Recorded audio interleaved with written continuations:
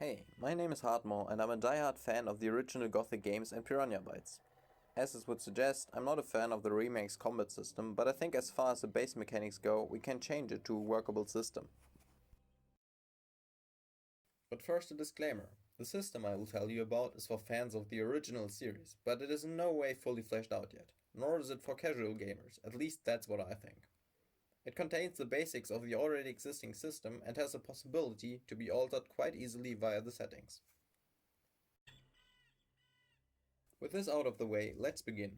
Let's take a look at what was important about the combat in the original Gothic. Whilst it had clunky controls and movement, it did also have two really great benefits.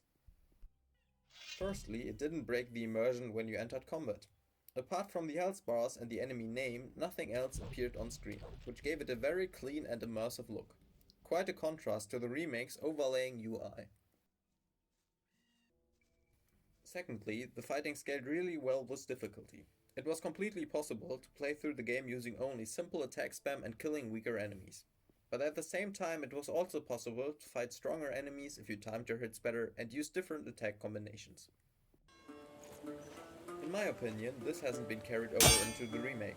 Whilst we did see the reintroduction of the three-directional combat system, the skill ceiling was greatly reduced, and at the same time it was easy to fight even the hardest enemies with relative ease.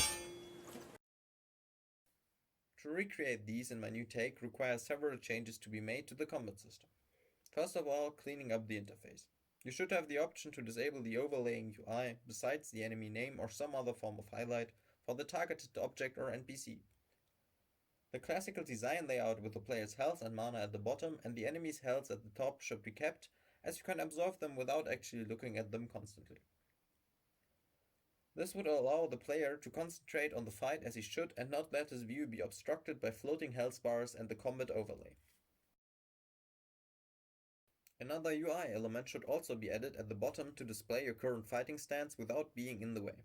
This has the purpose of showing you your stance in areas where you couldn't really see your character, for example fighting at night or in a temple or cave. For a bit more visual feedback, the animations could change during a fight, for example with heavy breathing, wounds and limping, signaling an injured state. Next up would be the changes to the combat system. As I mentioned before, the basic three-directional system would be kept. This would mean striking left, right and vertically, blocking in the same directions and evading left, right and backwards. The differentiation between fast and strong attacks would be replaced by a stab or push attack from the block position. The different weapon combinations would have slightly different fighting styles and therefore also different strength and weaknesses. For example, a shield would allow easier blocking but harder parries, whilst a two-handed weapon would have more reach. Examples of weapons combinations could be sharp or blunt one-handed weapons with and without a shield, 1.5 swords with and without a shield, sharp or blunt two-handed weapons, or sharp staff weapons. Having spoken about the overlay and the basic attacks, let's talk about the combat itself. It keeps the soft lock of the original and remake to make the three-point system with the mouse possible. It is automatically enabled with the weapon drawn and can be released by either sheathing a weapon, starting to sprint, or moving the mouse outside the combat circle.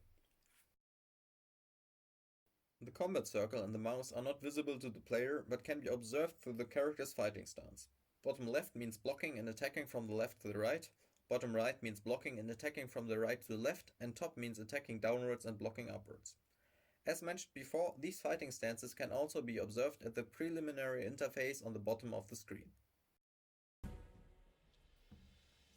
This combat system would be used by all humanoid NPCs, with their respective strengths and weaknesses, and is mostly focused around one-on-one duels. Fighting against groups should be avoided, as even weaker opponents could overwhelm you. The combat against animals is simpler, as it utilizes a simplified block system and relies more on evasion. Animals don't use the same combat system, but rather attack mostly forward, whilst trying to get around the enemy. Evasion works also against humans, but it needs a bit of thought, so you don't dodge into the enemy's attack direction. Lastly, how would you know all this in-game, as a pop-up tutorial isn't particularly immersive? The basics of the fighting system could be taught for free by either Scatty, Cord, or Gornatot. As a new player you could still use it, but it is advised to head directly for one of the camps. This would also result in learning not to hold a one-handed weapon in two hands, but I am sure someone wants to run around like that until the temple. I hope this explanation of my combat system wasn't too convoluted, as it seems like the only option to me without using the usual combat systems. But feel free to tell me what you think. My name has been Hardmore, and welcome to the colony.